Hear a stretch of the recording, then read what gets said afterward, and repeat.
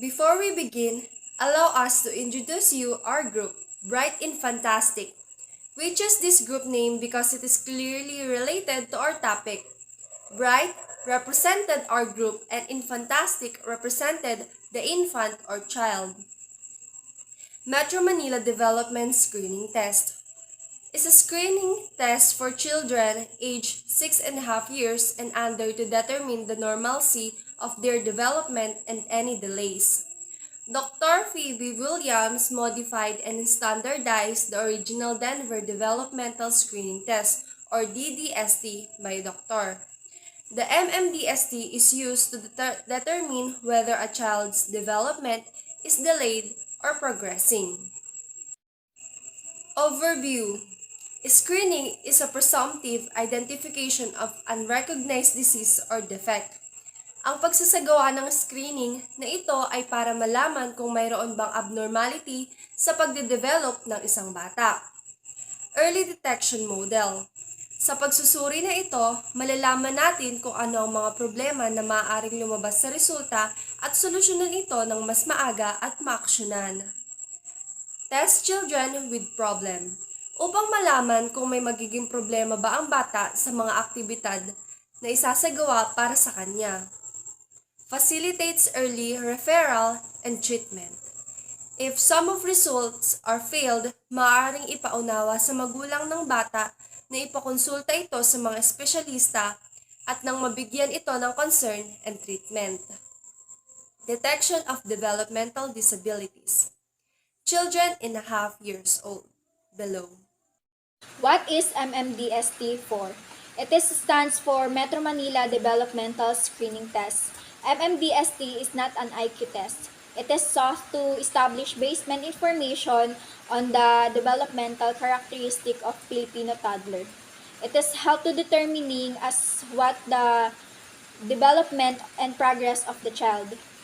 This is the screening test is known for normacy of the child development and to determine any delays as well as in children 6.5 years old and below. A simple and clinically useful tool to determine early serious developmental delays. Dr. William K. Brackenberg is modified and standardized by Dr. P.B. D. Williams DDST to MMDST, developed for health professionals like MedTech and RNs. It is not an intelligent test. It is the screening instrument to determine if child development is within normal. Accordingly, let's move on to its purpose. MMDST or the Metro Manila Development Screening Test. This screening test was designed so that developmental delays may be detected and referrals can be made. It is intended as a screening instrument to determine whether a child's development is within normal range. This test is concerned with the 4 domains of development, which are the personal social, the fine motor adaptive, the language, and the gross motor adaptive. Next, we have the MMDST kit, which includes the manual, sample test form, MMDST bag, and the test materials, which contains a bright red yarn pom-poms, a rattle with a narrow handle, an 8 1-inch colored wooden blocks, red, blue, yellow, and green, a small clear glass or bottle with 5/8-inch opening, a small bell with 2.5-inch diameter in mouth, a rubber ball 12.5 inches in circumference, cheese curls, a pencil, and a bond paper. Important consideration. Child age is crucial. Initial step in test administration, first is age muna. Kailangan malaman if ilang taon ba yung bata para ma-determine kung anong test ba yung dapat gawin sa kanya. Next is, test items will be dependent on the age of the child. Yung test na ito is nakadepende sa age ng tao and kung ilang items ba dapat yung gawin. Kasi pagka madami, hindi akma sa age ng isang tao, is possible na ma-irritate sila at magkaroon ng problema or hindi magandang behavior during the test para malaman na rin kung normal ba ang kanilang behavior. Age.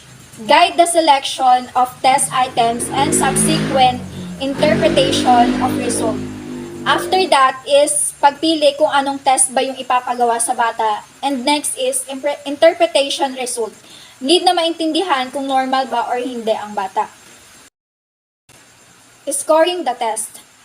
Pass, failed, refuse, or no opportunity, failure of an item that is completely to the left of the child's age is considered a developmental delay. Dito is dinedetermine kung pass or failed ba yung bata sa test na ginawa, if refuse or no opportunity. Because ang mga bata is may iba't ibang way of learning and understanding. Sometimes, di akma yung age nila sa behavior na pinapakita nila. And remember, failure is an item that is completely to the left of the child age is considered a developmental delay. Every child is unique in their own way. There is no need to teach them anything new. If you don't release them, they will learn a lot. Just tell them what is bad and what is good. Love them, care them, and respect their feelings. The test form.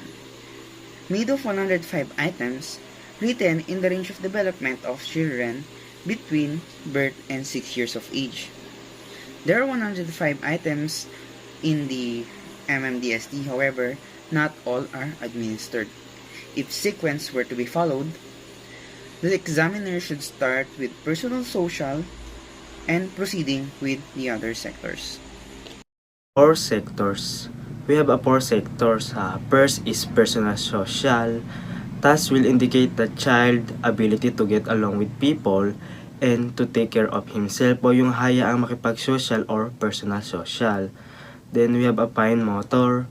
Task will indicate the child ability to see and use his hand to pick up object and to draw o yung pag-response ng bata sa bagay at yung pagguhit ng kamay. Then we have a language. Sa language is task will indicate the child ability to hear, follow direction, and to speak or yung pagkaintindi ng bata sa mga sinasabi. Then lastly, we have a gross motor. Task will indicate the child ability to sit, walk, and jump o yung pagkilos ng bata kung maayos ba to sa paglakad at pag-upo at pagtalon. Test direction. In number 1, try to get the child to smile by smiling o yung pagngiti, and talking yung pagkausap or waving.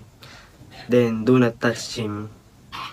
And number 2, when the child is playing with toy, put it away from him. Then if he resists o yung lumaban siya, pasado. Then in number 3, child does not have to able to tie shoes or button, yung pagtali ng sapatos, then yung pagsara ng bitones. Then in number 4, move yarn slowly o yung pag-move ng sinulid from the middle to the side to the other above 6 pace. Pass if the yellow, follow the 90 or to the mid, yung pag ano ng mata kapag sinundan niya. Then in number 5, pass if the children grass rattle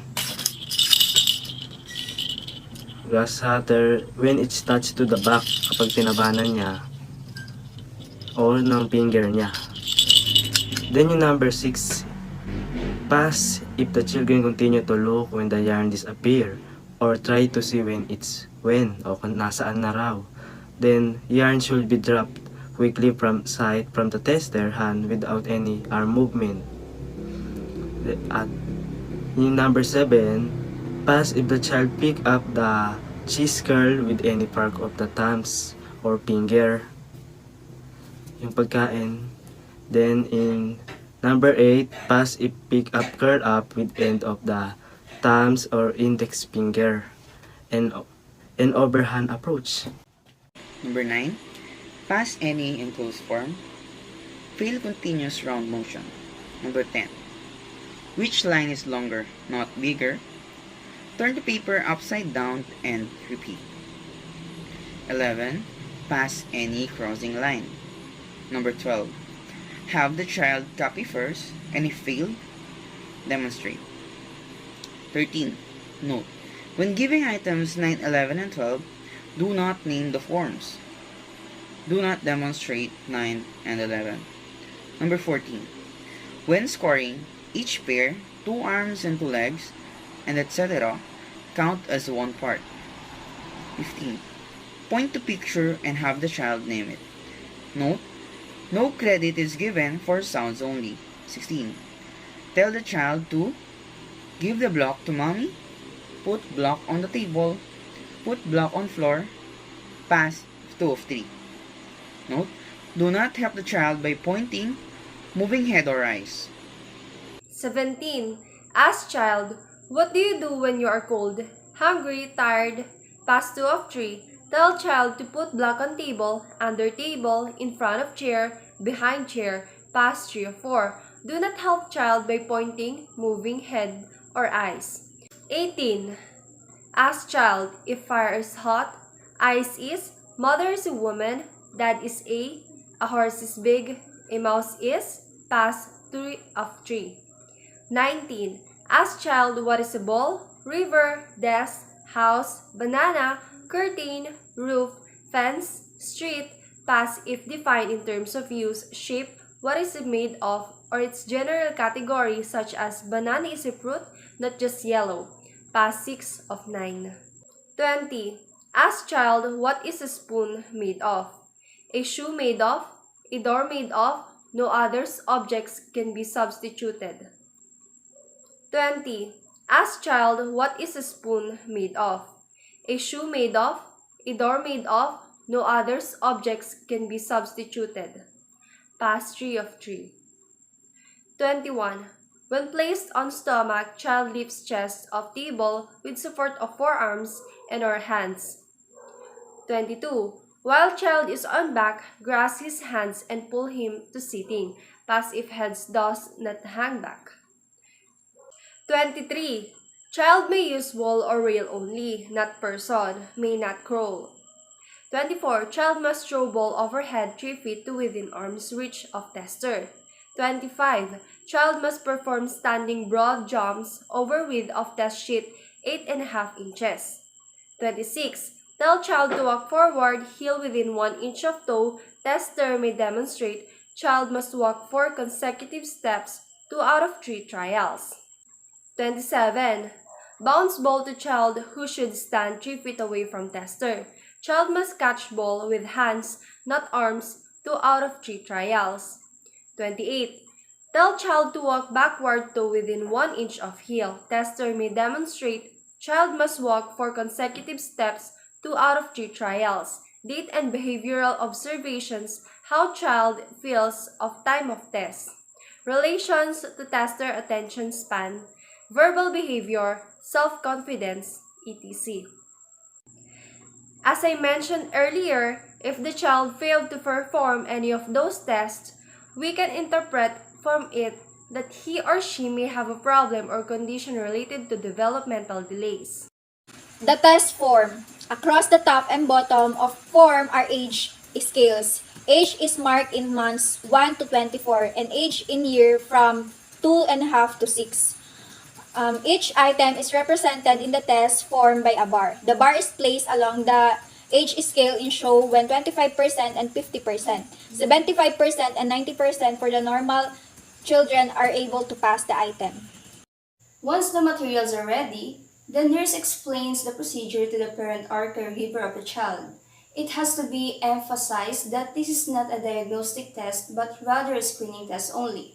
When conducting the test, the parents or caregivers of the child under study should be informed that this is not an IQ test, as it may be misinterpreted by them. The nurse should also establish rapport with the parent and the child to ensure cooperation. Generally, the test starts with personal sector. This gives the child a chance to get used to the tester. The fine motor adaptive follows. The child can perform the task at hand without having to talk to the tester directly at yet. The language sector comes next. Child will be more comfortable with the task and much more likely imitate speech sound and noises that the tester asks to imitate. Lastly, the gross motor. The child is allowed 3 trials to perform each item before a failure is scored items. May be scored either of 4 ways of scoring: pass, fail, refuse, and no opportunity.